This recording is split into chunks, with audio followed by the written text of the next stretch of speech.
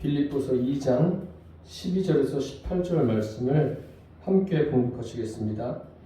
그러므로 나의 사랑하는 자들아, 너희가 나 있을 때뿐 아니라 더욱 지금 나 없을 때에도 항상 복종하여 두렵고 떨림으로 너희 구원을 이루라. 너희 안에서 행하시는 이는 하나님이시니 자기의 기쁘신 뜻을 위하여 너희에게 소원을 두고 행하게 하시나니 모든 일을 원망과 시비가 없이 하라. 이는 너희가 흠이 없고 순전하여 어그러지고 거스르는 세대 가운데서 하나님의 흠없는 자녀로 세상에서 그들 가운데 빛들로 나타내며 생명의 말씀을 밝혀 나의 다름질이 헛되지 아니하고 수고도 헛되지 아니하므로 그리스도의 날에 내가 자랑할 것이 있게 하려 함이라. 만일 너희 믿음의 재물과 섬김 위에 내가 나를 전제로 드릴지라도 나는 기뻐하고 너희 무리와 함께 기뻐하리니 이와 같이 너희도 기뻐하고 나와 함께 기뻐하라. 아멘. 사도 바울이 서신서를 보면은 특징이 있습니다. 편지를 보내면서 먼저 교리에 대해서 설명을 하고 그 다음에 어떻게 적용할 것인가, 그런 부분을 설명하고 있습니다. 서신서가 공통적으로 그렇게 되어 있습니다. 그래서 오늘 이 빌립보서도 마찬가지입니다. 빌립보서도 오늘 우리가 다루는 2장 12절에서 18절까지 보면은 바울이 교리 부분을 여기까지 다루고 있습니다. 그래서 이 빌립보서를 우리가 정립해 나가고 있는데 그 전에 기독 신앙이 무엇인가, 이거에 대한 확실한 정립을 여러분들이 하고 계셔야 돼요. 그래서 교회에서 목사님들이 설교도 하지만 성경 공부를 통해서 이제 성도들에게 주님을 섬기는 것, 기독 신앙이 무엇인가에 대한 교육을 또 하고 있지 않습니까? 이것은 필요하죠. 필요한데 기독 신앙, 또 기독 신학에서 가장 중요한 게 뭐죠? 구원입니다. 어떻게 구원받죠? 믿음으로 구원을 받습니다. 믿음으로 구원받는다는 것이 무엇입니까? 예수님을 내 안에 주인으로 영접하는 것. 요한복음의 표현으로 하면 성령으로 거듭나는 것, 성령님이 내 안에 들어오시는 것, 이것이 구원입니다. 이것에 대해서는 여러분들이 확고하게 지식으로 가지고 계셔야 돼요. 그리고 지식으로만 갖는 것이 아니라 이것은 실제적인 거예요. 성령님이 내 안에 들어오신 거예요. 그래서 믿음으로 구원받는 것은 뭐 로마서도 그렇고 갈라디아서도 그렇고, 그래서 이신득이 믿음으로 의롭다함을 얻는다, 그런 내용들이 있지 않습니까? 그래서 이 믿음이라는 것은 그 정신적인 것뿐만 아니라 육체적인 것도 다 포함합니다. 그게 무슨 말이냐면, 내가 예수님을 믿음으로 구원받았어요. 그러면 이제부터는 내 의지와 노력으로 이제 성화되어 가고 하나님의 자녀답게 살아야 되겠다, 이렇게 분리돼서 생각하는 분들이 많은데 그게 아니에요. 그냥 믿음은 정신적인 것, 행위적인 것, 행동하는 것 전체가 뭐예요? 하나가 돼야 돼요. 바울이 지금 그것을 이야기하는데 이것을 분리해서 생각하는 경우들이 있어요. 그런데 그렇지 않습니다. 이건 분리가 아니라 내 의지와 노력 자체도 뭐예요? 주님의, 성령님의 통치를 받아야 합니다. 그러면 여러분 질문 하나 할게요. 구약의 믿음과 신약의 믿음은 같습니까? 다릅니까?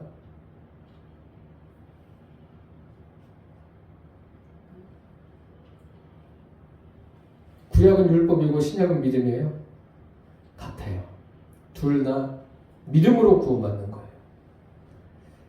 그래서 참 감사한 게 구약 성경이 있고 신약 성경이 있는데, 신약 성경에서 보면 구약에 관한 내용들을 같이 언급하고 있다는 게 굉장히 감사한 일이에요. 그래서 히브리서 같은 경우에 보면 그것을 우리에게 알려주고 있지 않습니까?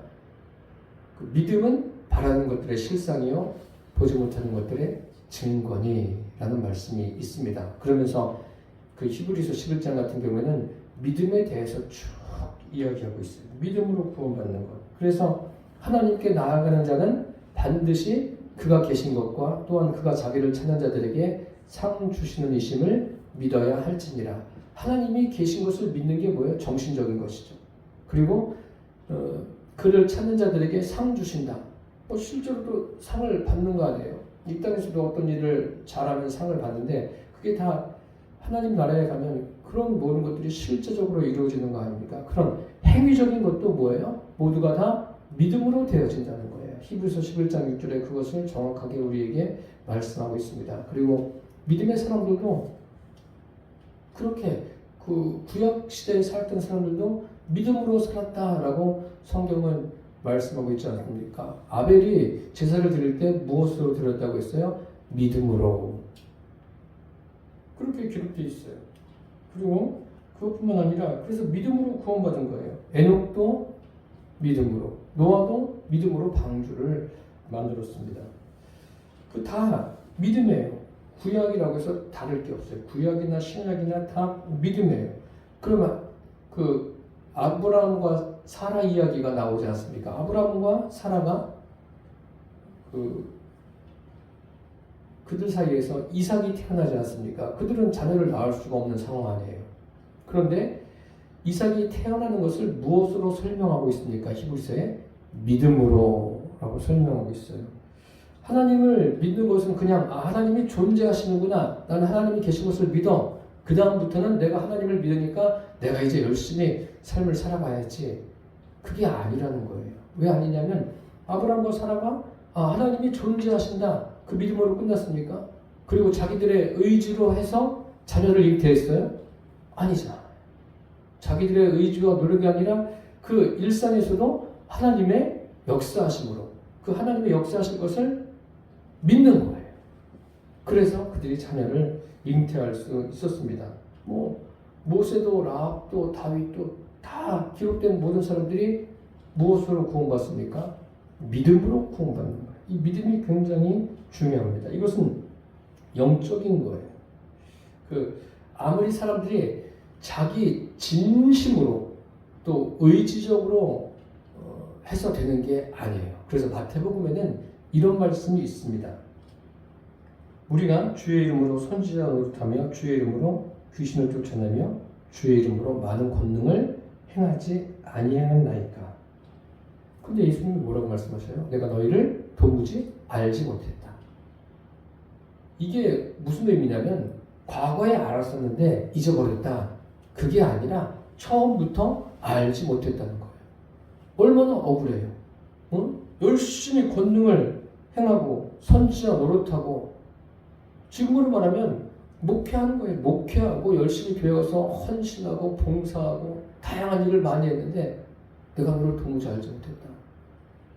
이런 참 안타까운 일이 어디에 있겠습니까? 그래서 복음서에서 말하는 게 뭐냐면 예수님께서 산상에서 말씀을 가르치지 않습니까? 마태복음 5장에서 7장 그 결론에 보면은 중요한 말씀을 하셔요. 반석 위에 집을 지을 것이냐 모래 위에 집을 지을 것이냐 이것이 제일 중요한 거예요. 이것이 믿음과 관계 있는 거예요. 내가 예수 그리스도 위에 하나님 말씀 위에 믿음을 세울 것이냐 그냥 나의 의지와 노력 내가 가지고 있는 여러 가지 지식 위에 내 인생을 건설할 것이냐 이것은 차이가 크죠. 그래서 성경 전체가 말하고 있는 게 그 내용이 뭐냐면 믿음이에요. 믿음. 그래서 이 믿음이란 것은 하나님이 계신 것을 믿고 믿는 것과 내가 이제 믿음이 있으니까 이러이러한 행동을 해야지 이걸 분리해서 생각들을 하는데 그렇지 않습니다. 분리되어지는 게 아니에요. 예수님께서 천국을 말씀하실 때 겨자씨와 누룩으로 말씀하신 거예요. 그러니까 처음부터 끝까지 이 그리스도인들이 그 신학적인 용어로 성화되어 간다 그렇게 말하지 않습니까? 그런 모든 부분들이 다 뭐라고요? 믿음으로 되어지는 거예요. 믿음으로 하나예요. 하나. 그 성경에 한두 가지 더 말씀드리면 선한 사마리아인 같은 경우에 보세요. 다 자기가 믿는 바가 그냥 그대로 삶에 나타나고 있지 않습니까? 그런데 그 한 부자 청년, 예수님을 찾아온 부자 청년은 어때요? 실은 분리가 돼 있어요. 분리가 돼 있어요. 영적으로 큰 문제죠. 육신적인 것과 영적인 것과 따로 돼 있어요. 그러니까 그 구원받을 기회를 이 사람은 놓친 거죠. 다 그렇게 돼 있습니다. 성경이. 그래서 모두가 다 믿음이에요. 믿음으로 구원받는 것. 이것을 우리가 항상 기억하고 계셔야 돼요. 이 빌립보서도 마찬가지예요. 이제 빌립보서를 우리가 지금 이제 2장을 하고 있는데 바울이 빌립보 교회에 편지하면서 아주 중요한 이야기하죠. 그 복음 전파의 진전에 대해서 이야기해요. 그 복음의 진보. 복음은 계속 발전한다고 말씀드렸어요. 발전한다고 해서 이게 뭐 구약 복음이 다르고 뭐 신약 복음이 다르고 그런 게 아니에요. 통일성을 갖고 있는 거예요. 예수 그리스도에게 초점이 맞춰져 있고 복음이 점점 진보하는 거예요. 그리고 바울이 그 당한 일들이 복음 전파에 진보가 있기를 바울이 바라고 있지 않습니까? 이렇게 그래서 복음에 그 진전이 있고 그 다음에 무엇이 우리에게 필요합니까? 그 복음을 믿음으로 받아들여야 되는 거 아니에요? 복음은 예수 그리스도 아닙니까? 그래서 믿음에도 뭐가 있어야 돼요? 진보가 있어야 돼요. 믿음에도 발전이 있어야 돼요. 매일같이 발전해 가는 거예요. 그러면 이제 그 믿음의 진보, 이제 복음의 진보, 믿음의 진보, 그 다음에 또 바울이 이야기한 게 뭐예요? 마음의 진보를 이야기하고 있지 않습니까? 지난 시간에 배운 거예요. 마음을 어떻게 하라고요? 너희 안에 이 마음을 품으라. 곧 그리스도 예수의 마음이니. 예수님의 마음을 가져야 되는 거예요. 지금 신학적으로 빌립보 교인들에게 체계적으로 설명을 해주는 거예요. 복음의 진보와 믿음의 진보와 마음의 진보. 믿음은 결국 마음에서부터 시작된다고 말씀드렸어요. 사람이 마음으로 믿어 이에 이르고 입으로 신하여 구원에 이른다. 그리고 구원받았으니까 끝이다가 아니라 일상도 뭐예요? 믿음으로 함께 살아내는 거예요. 그래서 예수님이 마음에 들어오셨어요. 그럼 끝나는 게 아니에요. 오늘 말씀이 중요하죠. 12절 말씀에 보니까 그러므로 나의 사랑하는 자들아 너희가 나 있을 때뿐 아니라 더욱 지금 나 없을 때에도 항상 복종하여 두렵고 떨림으로 너희 구원을 이루라. 바울이 처음엔 같이 있었죠. 그런데 지금은 바울은 옥중에 있고 빌립보 교인들은 또 떨어져 있는 거예요. 그러니까 바울이 있을 때보다 바울이 없을 때 더욱 어떻게 하라고요? 두렵고 떨림으로 너희 구원을 이루라. 바울이 없다는 것은 제가 여러분들과 같이 있으면서 이건 이렇게 해야 돼요. 이건 저렇게 해야 돼요. 그럼 계속 잔소리해 보세요. 참 피곤하죠. 피곤한데 믿음은 그렇게 되는 게 아니에요. 믿음은 뭐예요? 각자의 것이에요. 제가 없더라도 여러분들이 무엇을 가지고 있어야 돼요? 각자의 믿음을 가지고 있어야 돼요. 나의 믿음은 어디에 있는가? 그래서 바울은 빌립보 교인들에게 그걸 이야기하는 거예요. 나 있을 때뿐 아니라 내가 없어도 더욱 뭐예요? 믿음의 진보를 이루어야 한다. 바울이 그것을 이야기하는 거예요. 그래서 항상 두렵고 떨림으로 너희 구원을 이루라. 이 두렵고 떨림, 무엇에 대한 두려움이에요? 그 하나님을 경외하는 믿음과 아울러서 그 지옥 심판에 대한 두려움도 여기에 포함되는 거예요. 그래서 뭐 지옥 심판에 대해서 무서워하라는 그런 이야기가 아닙니다. 그것을 생각하면서 그래, 내가 더 믿음 위에 굳건하게 서야 되겠다. 그러면서 누구를 의지하는 거예요? 자기 자신의 의지를 강화시키는 게 아니라 자기 안에 계신 성령님을 더 의지하는 거예요. 왜 그래요? 여러분 각자 자신을 알지 않습니까? 우리 자신의 힘으로 돼요? 안 되는 거예요. 이제 그 다음 주부터 이제 그 그 빌립보 교인들에게 그럼 일상에서 어떻게 살아가야 되는가를 함께 나눌 텐데 일상에서 살아가는 것도 내 의지와 노력으로 다 안 되는 거예요. 그거는 좀 불가능한 거예요. 그래서 바울이 먼저 그들에게 당부하는 거예요. 너희 구원을 이루라. 끝까지 그 구원을 견지해 가라는 거예요. 저와 여러분의 믿음도 끝까지 우리에게 주신 그 구원의 믿음을 여러분들이 잘 세우시고 끝까지 주님과 함께 이 길을 가게 되기를 바랍니다. 믿음이라는 것은 굉장히 구체적이고 실제적인 거예요. 왜 실제적입니까? 성령님이 뭐예요? 내 안에 들어오신 거예요. 성령님이 여기에 계시다니까요. 엄마가 자녀를 잉태하면 자녀가 어디 있어요? 엄마 뱃속에 있는 거예요.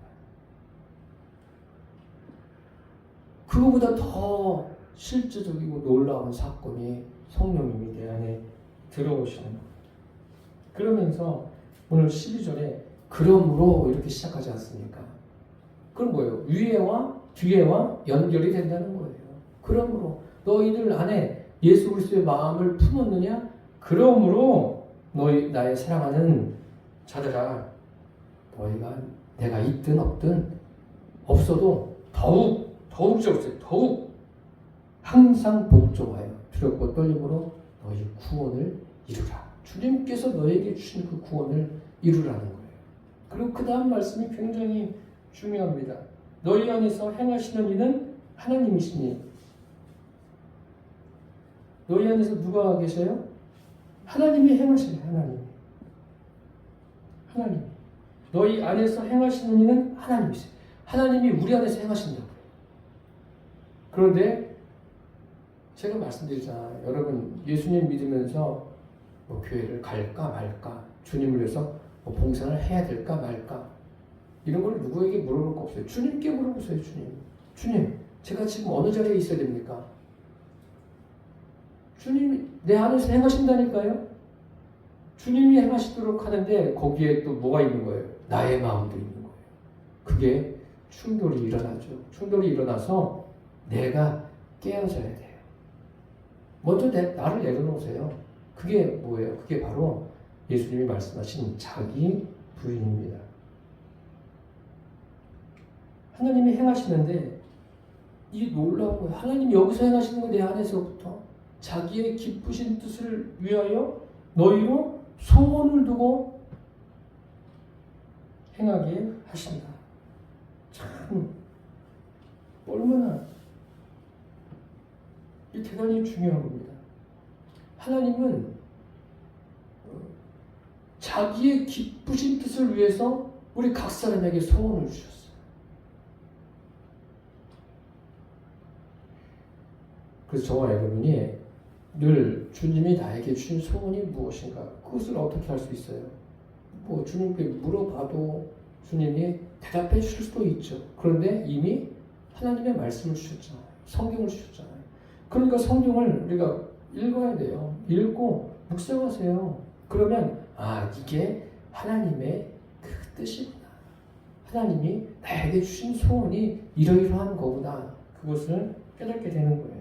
그러니까 하나님의 목적을 우리가 분명하게 알 수 있죠.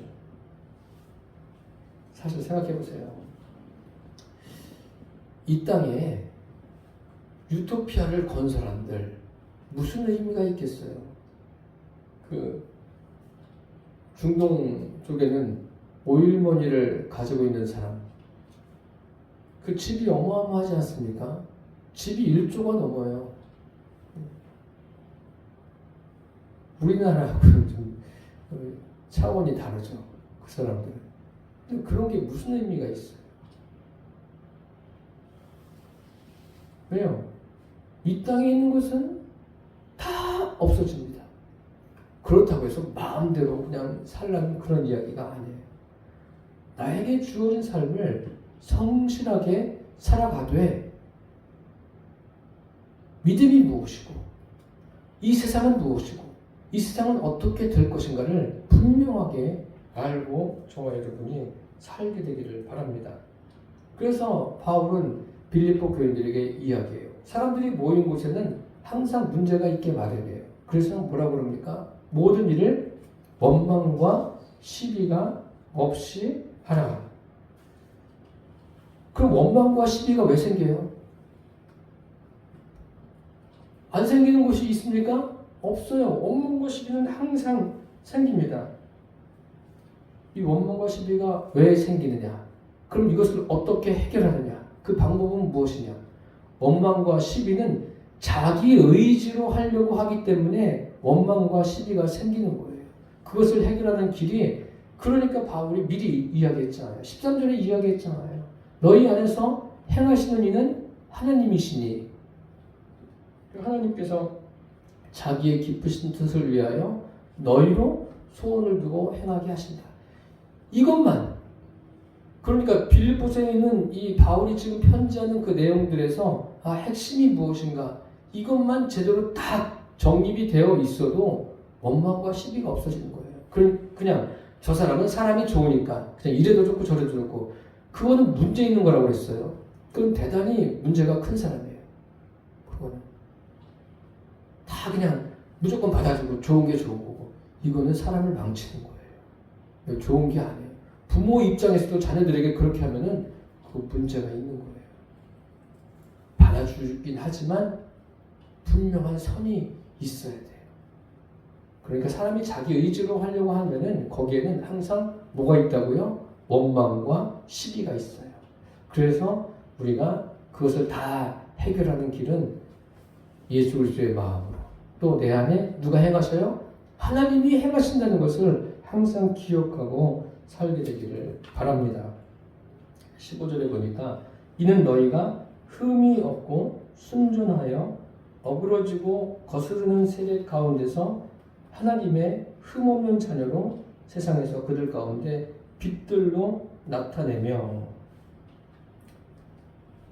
너희가 흠이 없고, 이 두 번 나오죠. 하나님의 흠없는 자녀로.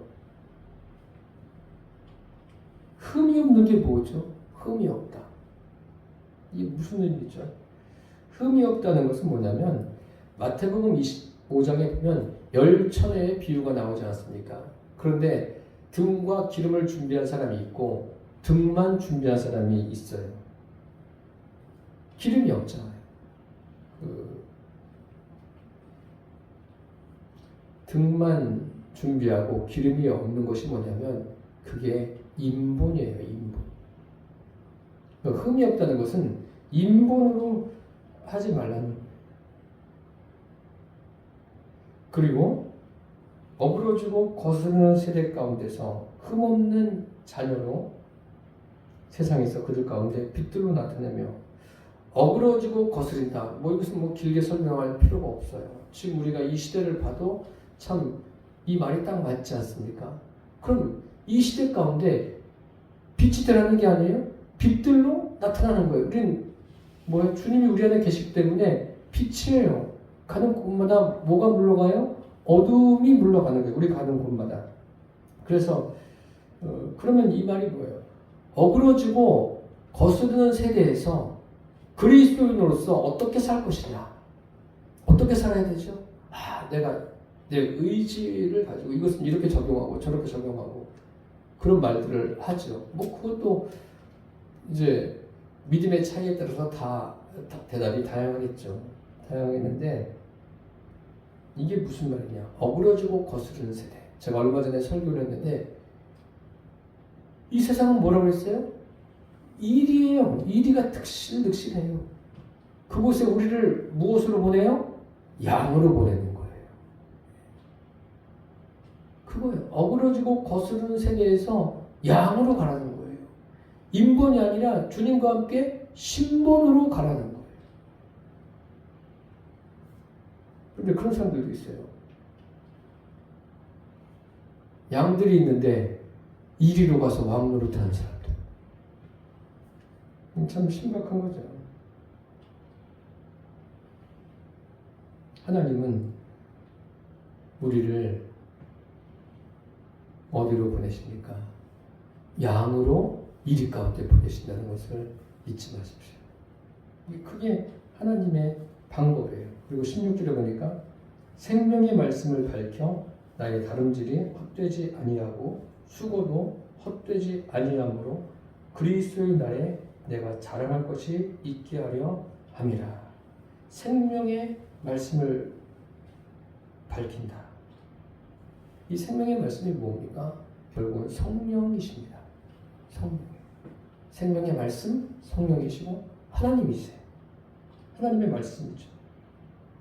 여기 그래서 바울이 나의 다름질이 헛되지 아니하고 수고도 헛되지 아니하고 나의 다름질과 수고.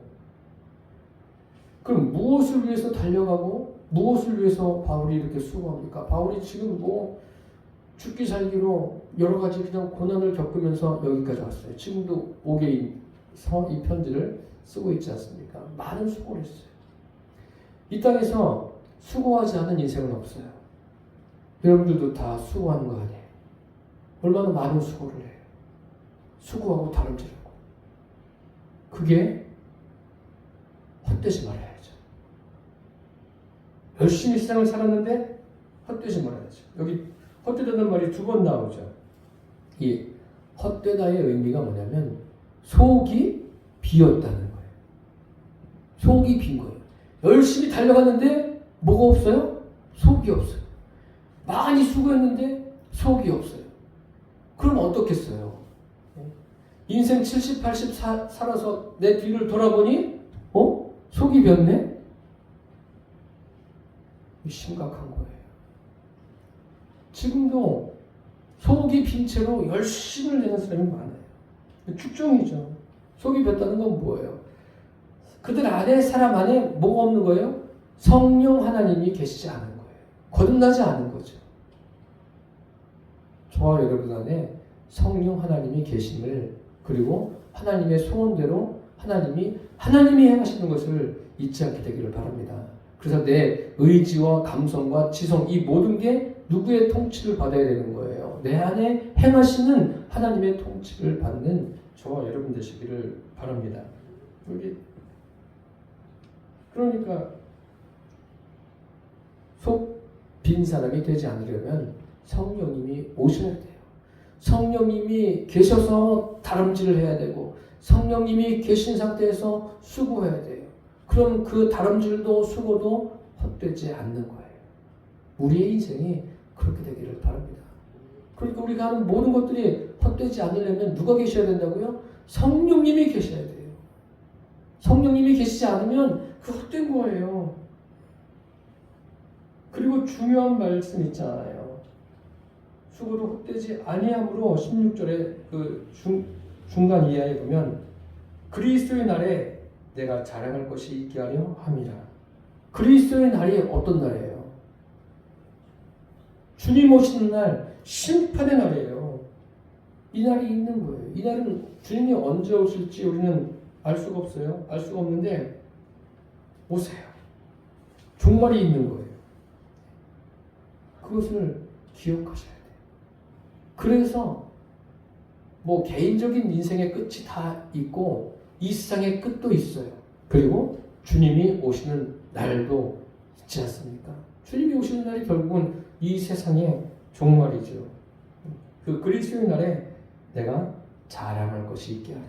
이 자랑이라는 것이 주님 안에서의 그런 자랑을 의미하는 거예요.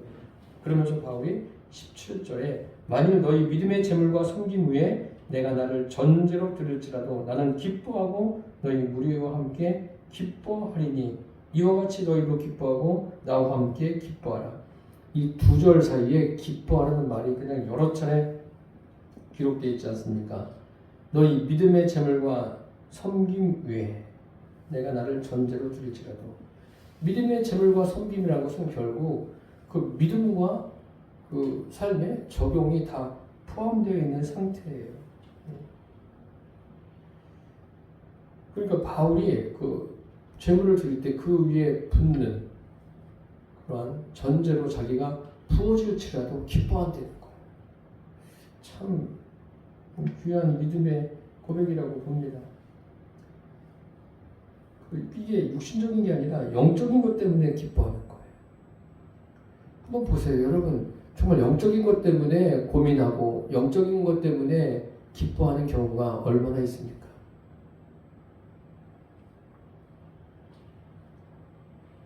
그래서 바울이 지금 여기 2번 반복해서 함께 기뻐한다고 그랬어요. 그 빌립보 교인들만 기쁜 게 아니에요. 바울만 기쁜 게 아니에요. 뭐예요? 함께 기뻐하는 거예요. 빌립보 교인들도 기뻐하고 바울도 기뻐하고 또 누구도요? 주님도 함께 기뻐하는 거예요. 모두가 기뻐하는 거예요. 이런 기쁨이 어디에 있습니까? 내가 인생에서 그 육신적으로 뭐가 잘 되어지는 것, 그것도 복이죠. 근데 그게 복이 될 수도 있고 아닐 수도 있는 거예요, 사실은. 그런데 사람들은 거기에서만 기뻐하려고 그래요. 그것도 기쁨은 기쁨이에요. 기쁨인데 우리가 잘 생각하셔야 돼요. 그런 기쁨도 필요합니다. 또 하나님 그런 기쁨을 인생에게 주셨어요. 육신적으로 살아가면서 많은 기쁨도 있지만 내가 영적인 기쁨이 나에게 늘 있는가?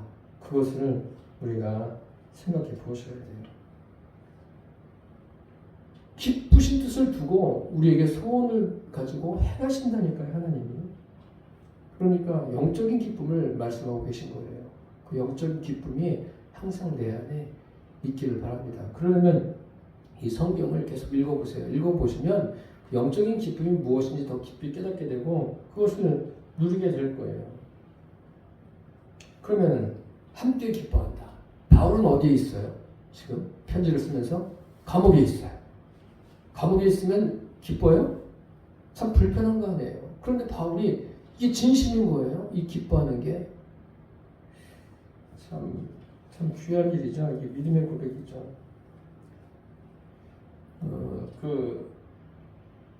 저희 한 가지 여쭤볼게요. 함께 기뻐하는 것이 뭐예요? 에덴 동산 같은 곳이어야 함께 기뻐할 수 있어요? 아니면 고난 중에 있을 때 함께 기뻐할 수 있어요?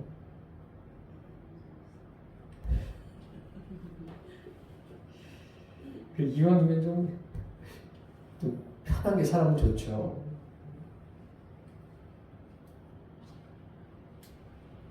그래도 에덴 동산 그런 곳에 있어서 함께 기뻐하는 게 낫지. 고난 중에 어떻게 함께 기뻐하겠느냐 그렇게 말하는데 이 참 기쁨이라는 게요. 영적인 게 아니면 안 돼요.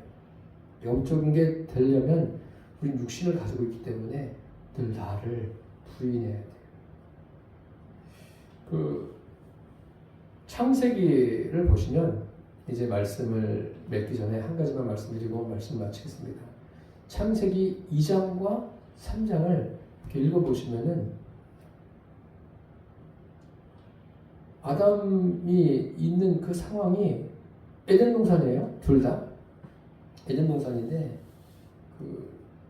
3장 같은 경우에서는 내쫓기 전이죠. 그런데 거기에서 아담이 하와에 대한 마음이 2장과 3장이 달라요. 2장에서는 하나님이 탁 하와를 갖다 주니까 뭐라 그래요?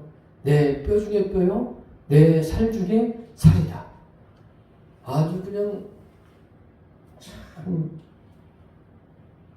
그런데 그 다음에 뭐라고 해요? 3장에 가면 뭐라고 해요? 3장에 가면 똑같은 에덴 동산에서 하나님께 왜 이런 여자를 주셨습니까? 누가 제가 언제 달라고 했습니까? 그렇게 이야기하지 않습니까? 2장에서는 기쁨이 있어요. 함께 기뻐하는 거죠. 3장에서는 뭐가 없어요? 기쁨이 없어요. 서로 원망하는 거예요. 너 때문에, 너 때문에. 지금도 그런 게 얼마나 많아요. 부부관계에 문제가 된 게 뭐예요? 너 때문이잖아요. 너 때문에. 그러니까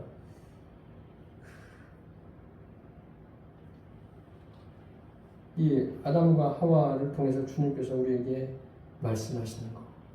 함께 기뻐할 수 있는 길이 뭐예요? 그걸 말씀해 주고 계신 거예요. 이거 함께 기뻐하는 것은 다른 것으로는 안 돼요. 예수 그리스도의 마음을 믿어야 돼요. 그리고 내 안에서 누가 행하셔야 된다고요? 하나님이 행하셔야 돼요.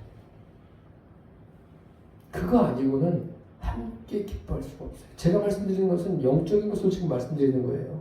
육신적인 기쁨이 있어요. 서로 어떤 좋은 일 있을 때 축하해주고 그런 기쁜 거 있어요. 있지만 그런 기쁨은 잠깐이에요. 차를 사보세요. 집을 사보세요. 뭐 많은 돈을 뭐 얻어보진 않았지만 가지고 있어 보세요. 그것 때문에 기뻐할까요? 아니라는 게 성경에 있지 않습니까? 솔로몬과 같은 사람은 전무후무하다고 그랬어요. 그가 뭐라고 그럽니까? 시작부터 헛되고 헛되며 헛되고 헛되다. 이 말을 강조하지 않습니까? 그러면서 자기가 누렸던 모든 것들을 열거하면서 그게 뭐라고 그래요? 다 헛되다. 주님 없이 하는 것은 다 헛된 거예요. 여러분, 바울이 지금 옥중에서 기뻐합니다. 그리고 이제 교리적인 부분을 그들에게 다 이제 마치고 있어요. 그러면서 뭐예요? 기억하라. 너희 안에 예수님의 마음을 품고 너희 안에서 행하시는 분은 누구라고요? 하나님이 행하신다.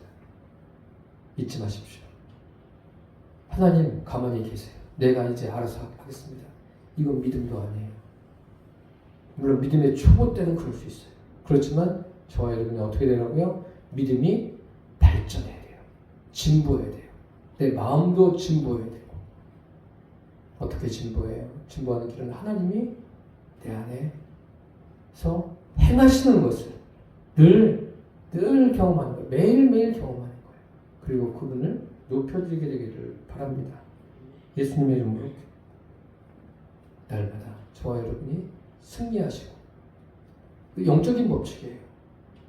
그래서 영적으로 우리가 살고 온전히 세워지면 그 육신적인 삶도 하나님께서 다양하게 우리에게 역사하신다는 것을 기억하시고 그것을 누리고 또 아직까지 예수님의 마음을 가지지 못한 분들에게 전하는 저와 여러분 되시기를 축복합니다. 기도하겠습니다. 살아계신 주님, 감사합니다.